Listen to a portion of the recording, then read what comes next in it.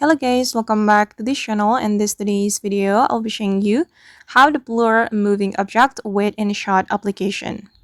Alright guys, let's get into it. Here I have created a project in my InShot application, and for example, I'm going to blur this girl's face.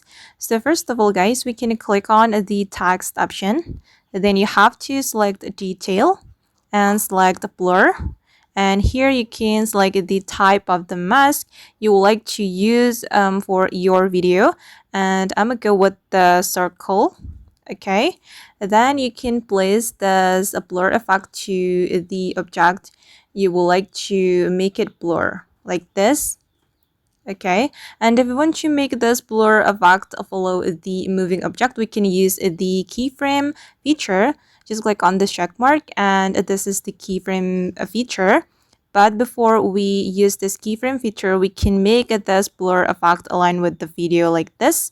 And let's get started. I'm going to use the keyframe. So we can click on the keyframe like this, and you can do it one by one like this until the girl's face has been fully covered. Okay, like this.